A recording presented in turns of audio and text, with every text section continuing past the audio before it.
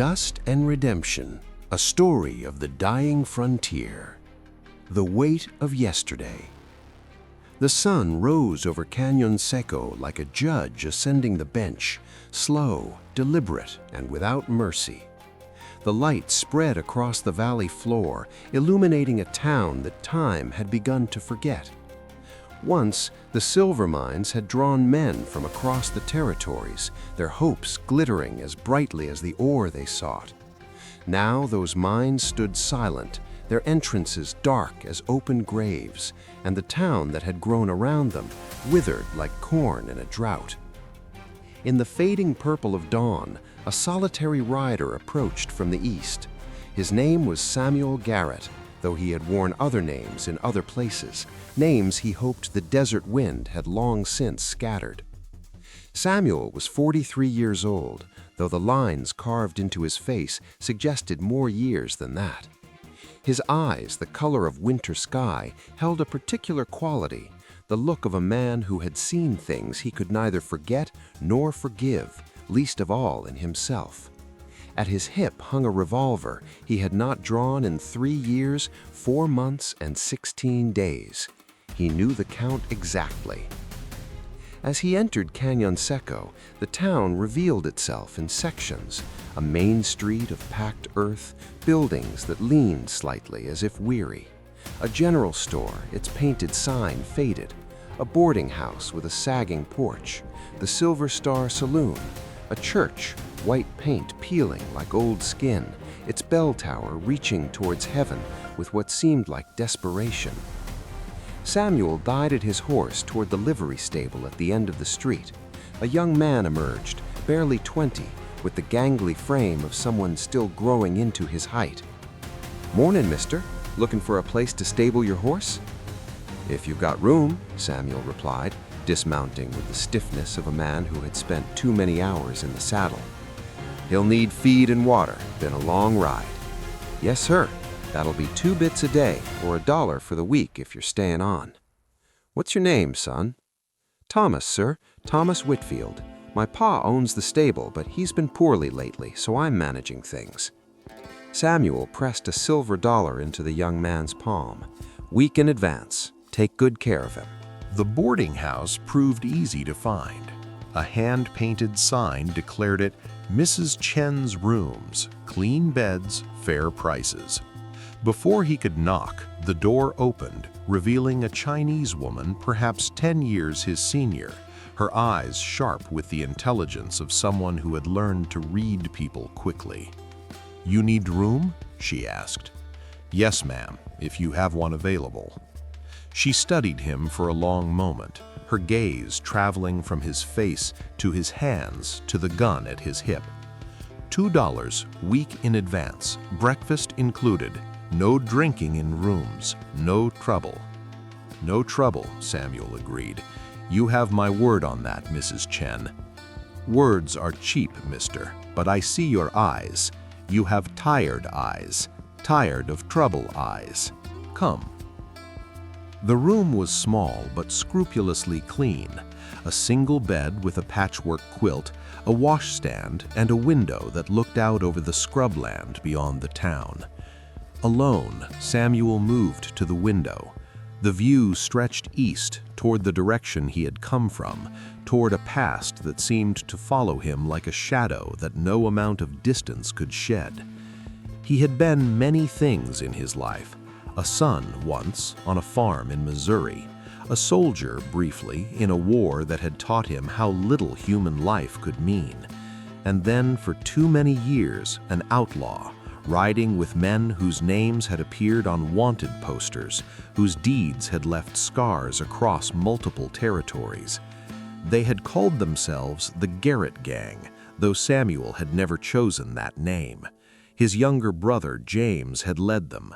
Samuel had followed out of loyalty, out of a sense that family meant something even when that family crossed lines that should not be crossed. The last job had changed everything. A bank in Silverton, what was supposed to be their final score. But the plan had fallen apart. Shots had been fired. A deputy had died, leaving behind a wife and 3 children.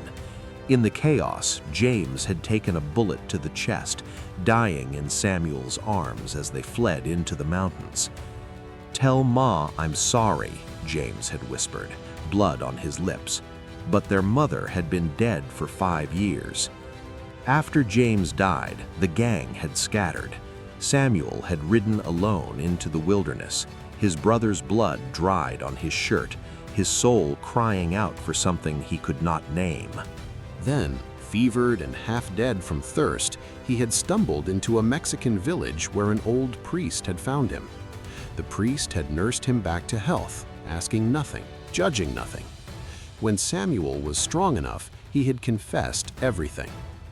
"What God wants from us is not perfection," the priest had said. "What he wants is return. The journey back is long, my son, but every step away from darkness is a step toward light." So Samuel had walked. For 3 years he had drifted through small towns, taking whatever honest work he could find. He had helped mend fences in Texas, bring in harvests in Kansas, build a schoolhouse in New Mexico. He had spoken little, kept to himself, and always moved on before anyone could ask too many questions. But 2 months ago, he had seen a wanted poster with a sketch that looked enough like him to make his heart race. The reward was still posted: $500 for Samuel Garrett, wanted for bank robbery and murder. Now, standing at this window in this forgotten town, Samuel offered a prayer. If there was a God who listened to men like him, he asked not for forgiveness, which he did not deserve, but for purpose. Let him do some good in this place. Let him leave it better than he found it. Finding purpose. Over the following weeks, Samuel moved through the town offering his labor to anyone who needed it. The general store owner, Henry Dawson, hired him to repair sagging shelves. "Town's dying," Dawson said matter-of-factly as they worked. "Been dying for 5 years now. Used to be you couldn't walk down this street without dodging freight wagons. Now look at it." "Why do you stay?" Samuel asked. Dawson paused. "Where would I go? I'm 58 years old. This store is all I have. Besides, my wife's buried up on the hill there. Doesn't seem right to leave her alone." Word of Samuel's work spread quickly. The church minister, Reverend Thomas Whitfield, father to young Thomas, approached Samuel with a request to help repair the church bell, which had not rung in over a year. "The bell was my wife's pride," the Reverend explained. "She passed 3 years ago, and I confess I've let some things slide. The congregation has dwindled to perhaps 20 souls, but those 20 deserve to hear the bell call them to worship." The repair took careful work in the confined space of the bell tower. As Samuel worked, the Reverend spoke about the town and its struggles. "There's talk of the railroad extending a line through here," Whitfield said. "Been talk for 3 years now. Without the railroad, the town cannot survive. But perhaps survival is not always the point." "What is the point then?" Samuel asked. "Bearing witness. These people, they built lives here. They've loved and suffered and endured. Their stories matter, even if the town itself fades. Someone should remember that they were here, that they tried." The bell rang out late that afternoon, its voice carrying across the valley, clear and true. People emerged from buildings. Samuel could see on their faces something he had not expected: joy. The Reverend stood beside Samuel, tears running down his weathered face. She would have been pleased, my Mary. She always said that as long as the bell could ring, there was hope. Samuel felt something loosen in his chest.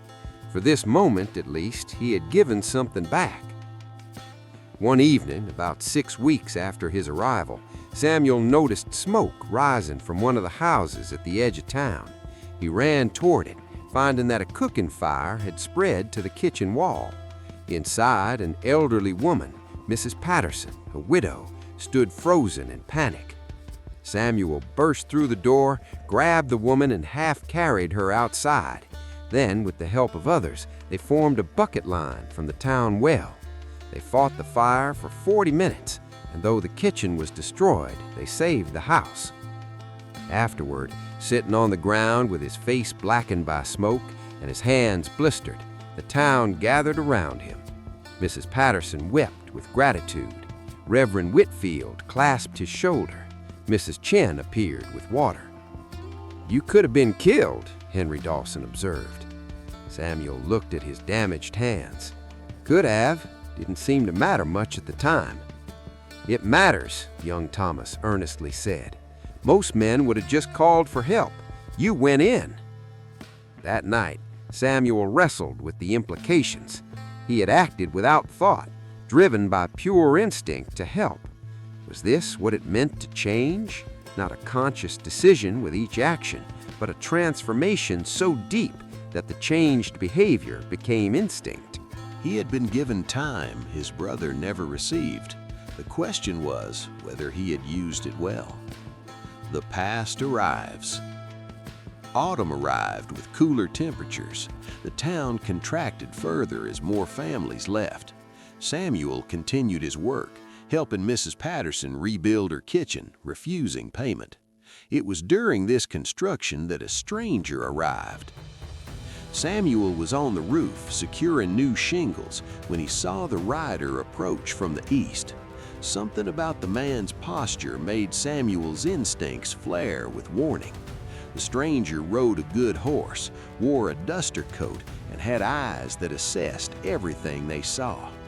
Their gazes met for perhaps 2 seconds, and Samuel felt the chill of recognition, not of the man specifically, but of the type. This was someone from the world Samuel had left behind. The stranger smiled slightly, tipped his hat, and continued toward the saloon. That evening, Samuel entered the saloon, something he rarely did, needing to know more about the stranger. Jack McCready, the owner, poured Samuel coffee. "New fella seems friendly enough. Says he's a land surveyor, working for one of the big railroad companies. Says his name's Cole, William Cole." Samuel felt his stomach tighten. When the stranger approached him at the bar, Samuel had no choice but to engage. "Name's Cole, William Cole," the stranger said, extending his hand. Samuel shook it, feeling the calluses there, the specific hardening that came from regular handling of firearms. "Garrett, Samuel Garrett." They talked briefly, surface conversation that revealed nothing, but Samuel could feel the undercurrent, the subtle probing behind Cole's questions. Over the next 3 days, Samuel watched Cole move through town, asking questions about everyone, gathering information. Samuel prepared himself to run if necessary, settling his accounts, checking his horse. Then, on the 3rd day, Samuel was working at the general store when Cole appeared in the doorway, his casual manner gone, his hand resting on his gun. "Samuel Garrett, I'm placing you under arrest for bank robbery and murder. You can come quiet or this can get difficult." Samuel straightened slowly. "I won't draw on you. Never wanted that kind of trouble again. Smart. Now turn around, hands behind your back." As Samuel complied, feeling cold metal close around his wrists, he heard Henry's voice, thick with betrayal. "Murder? Samuel, is this true?" Samuel closed his eyes. "It's more complicated than that, Henry. But yes, I was part of something that got a man killed. Long time ago, different life, but yes." As they emerged onto the street, word had already spread. People stood in doorways watching. Mrs. Chen on the boarding house steps. Young Thomas outside the livery, shock on his face. Reverend Whitfield on the church steps. Samuel felt the weight of disappointed gazes. These people had trusted him. Mrs. Patterson called out, her voice quavering. "Did you kill someone?" "I was part of something that went wrong," Samuel said. "I didn't pull the trigger, but I was there. I ran instead of facing what I'd done. I'm sorry for lying, for bringing this here, for everything." "You saved my life," Mrs. Patterson said, tears running down her cheeks. "Don't that count for something?" "Not in the eyes of the law, ma'am." As they passed the church, Reverend Whitfield stepped forward. "I won't ask if you did what they claim. I'll only say that I've watched you these months, and I've seen a man trying to make amends. That effort may not erase the past, but it shapes the future." Young Thomas approached, his face flushed. "Mr. Garrett, I don't understand. You helped us. You were good to us." "Being good now doesn't undo being bad before, Thomas. Remember that.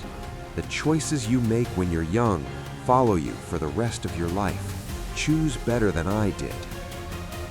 Mrs. Chen handed up a cloth bundle. "For journey, food, you need strength." Samuel felt his eyes burn. "Mrs. Chen, I'm sorry for deceiving you." She looked up fiercely. "You not deceive. You try be better. Different thing. I see you. I know." Then they were riding out, heading east toward Judgment. Cole maintained careful distance, alert but not cruel. On the second night, as they sat by the fire, Cole asked, "Why did you stay there? You must have known someone would eventually come looking." "Tried running for 3 years," Samuel said. "But every place I went, I took myself along. Finally realized I needed to stop running from who I was and start living as who I wanted to be." At the county jail, Sheriff Brennan was a fair man who treated Samuel without particular cruelty. The telegram from Silverton arrived 8 days later. A deputy would come to transport the prisoner back for trial. Before Samuel left, Reverend Whitfield arrived, having ridden all that way to visit him. "You came all this way?" Samuel asked in shock. "The shepherd doesn't abandon his flock simply because one sheep has stumbled," Whitfield said gently. "Samuel, the people of Canyon Seco haven't forgotten you. Mrs. Patterson wants you to know she doesn't regret that you saved her life. Henry says your work was honest and well done. Mrs. Chen sent this." He handed Samuel a cloth pouch filled with dried fruits and candies. Samuel felt his throat close. "Why would they, after what I am?" "Because people are capable of holding two truths at once. You did wrong, yes, but you also did right. You're not just your worst moment, Samuel. You're the sum of all your choices." The long shadow. The trial was swift. Judge Morrison heard the evidence: the wanted poster, eyewitness testimony, the death of Deputy McKenzie, Samuel's own admission. When asked if he had anything to say, Samuel stood. "Your Honor, I can't claim innocence because I'm not innocent. I was there when Deputy McKenzie was killed. I didn't pull the trigger, but I was part of it, and I bear responsibility. For years I ran. Then I stopped running and started trying to live differently. I worked honest jobs, helped people where I could. I know that doesn't erase the past, doesn't bring Deputy McKenzie back. I'm not asking for mercy I don't deserve. I'm just saying that I understand what I did was wrong, and I've tried to be better. That's all I have to say." Judge Morrison was silent for a long moment. "Samuel Garrett, you've been found guilty of bank robbery and murder during commission of a crime. However, I note your genuine remorse and your efforts to live differently. The law requires I impose sentence. For bank robbery and murder, the sentence is death by hanging. However, given the circumstances and your character witnesses, I'm commuting your sentence to 20 years hard labor. You'll serve your time, and perhaps, when you're released, you'll have the chance to continue the redemption you began." Samuel felt the words wash over him. Not the rope. Life. Difficult, painful, but life. Back in his cell, awaiting transport to the territorial prison, Samuel held Mrs. Chen's care package and thought of Canyon Seco. The bell he had repaired, the kitchen he had helped rebuild, the people who had seen both his past and his efforts to change and had chosen compassion. He had 20 years ahead of him. 20 years to continue becoming the man he wished he had been. 20 years to work, to think, to carry the memory of a dying frontier town where, for a brief time, he had found something like home. Outside, the desert wind blew, carrying the scent of sage and possibility. Samuel closed his eyes and made himself a promise. He would survive this. He would serve his time, and when he was free, he would return to Cañón Seco, if it still existed, and finish the work he had begun. Redemption, the old priest had told him, was not a destination, but a path. Samuel had stumbled, had fallen, but he was still walking. That, in the end, was all any man could do.